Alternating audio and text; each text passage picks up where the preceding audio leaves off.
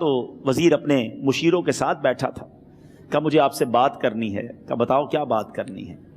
کہا میں ایک پیغام لایا ہوں آپ کے لیے۔ اچھا کس کا پیغام لائے ہو؟ کہا میں نبی پاک جناب محمد مصطفیٰ صلی اللہ تعالیٰ علیہ وسلم کا پیغام لایا ہوں۔ وہ عاشق رسول وزیر تھا، کہتا بتاؤ میرے آقا نے کیا پیغام دیا ہے؟ کہا حضور میں 3000 دینار کا مقروض ہوں، آج آخری دن ہے اور میرے آقا نے مجھے بشارت دی ہے کہ آپ سے کہوں کہ آپ میرا قرض ادا کر دیجئے۔ علی بن عیسیٰ کہتا ہے کوئی ثبوت ہے آپ کے پاس؟ ہے کوئی دلیل بھی ہے آپ کے پاس؟ میں کیسے مان لوں کہ آپ کو نبی پاک علیہ الصلوۃ والسلام نے بھیجا ہے؟ عاشق رسول کہتا ہے خالی ہاتھ نہیں آیا، میرے آقا نے مجھے دلیل بھی عطا فرمائی ہے، مجھے ایک ایویڈنس بھی دیا ہے، اور پروف یہ ہے حضور کہ آپ روزانہ صبح فجر کی نماز کے بعد نبی پاک صلی اللہ تعالیٰ علیہ وسلم کی بارگاہ میں درود و سلام کا نذرانہ پیش کرتے ہیں۔ جب تک 5000 کا عدد پورا نہیں ہوتا آپ اس وقت تک کسی اور سے بات نہیں کرتے۔ اور اے وزیر صاحب یہ رات صرف آپ کو پتا ہے اور آپ کا رب جانتا ہے۔ اللہ اکبر! وہ وزیر تو جس کو کہے نا جھوم اٹھا، ایسا عاشق رسول وزیر تھا جو روزانہ صبح 5000 درود پڑھتا ہو، اس کی تو عید ہو گئی نا۔ وہ کہتا ہے مرحبا یا رسول اللہ، میرے آقا نے میرے درود قبول کر لیے، اس سے بڑھ کر میرے لیے سعادت کیا ہوگی؟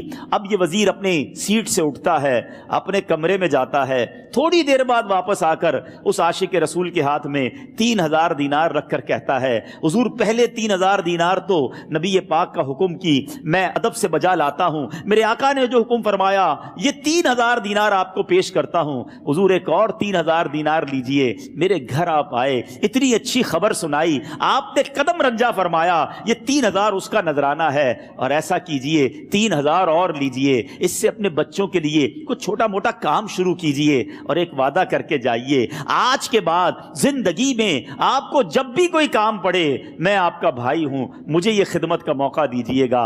اللہ اکبر! وہ مقروض جو ایک رات پہلے 3000 دینار کا مقروض تھا، ہو سکتا ہے اس کے بیک آف مائنڈ یہ بھی چل رہا ہو کہ اب شاید کل میں نے جیل میں جا کر عدالت میں جا کر گرفتاری دے کر جیل میں جانا ہے، مگر اب 9000 دینار ہاتھ میں ہیں۔ عاشق رسول جھومتا ہوا نبی پاک کی یاد میں گھومتا ہوا اب عدالت میں پہنچا۔ عدالت میں everybody expecting over there کہ آج اس نے آنا ہے اور آ کر کہنا یہی ہے کہ پیسے تو نہیں ہیں، گرفتار کر لو، مگر جا کر اس عاشق رسول نے 3000 دینار جج صاحب کے ہاتھ میں رکھ دیے۔ قاضی کہتا ہے پہلے تو یہ بتاؤ پیسے آئے کدھر سے؟ تم تو کہتے تھے غریب ہوں، تم تو کہتے تھے کاروبار نہیں ہے، ایک مہینے میں اتنی بڑی رقم کا انتظام کیسے ہو گیا؟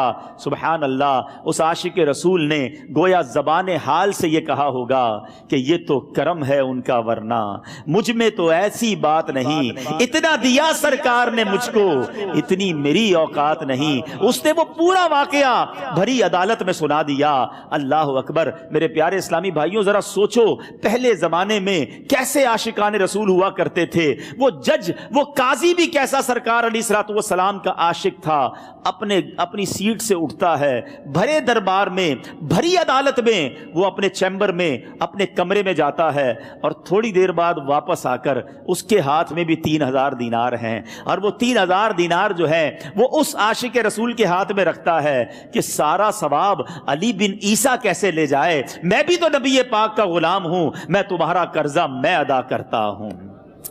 اچھا اب ایک اور عجیب سینیریو یہ بن گیا کہ جس نے کیس کیا تھا، جس نے دعویٰ کیا تھا، وہ بھی یہ سارا منظر دیکھ رہا تھا۔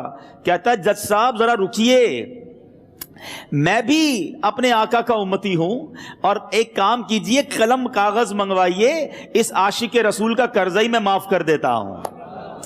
اچھا اب عاشق رسول نے وہ واپس 3000 دینار جو جج صاحب نے دیے تھے وہ واپس جج صاحب کو دیے کہ حضور یہ پیسے آپ ہی رکھ لیں، قرضہ ہی معاف ہو گیا، اب آپ کے پیسے کا میں نے کیا کرنا ہے؟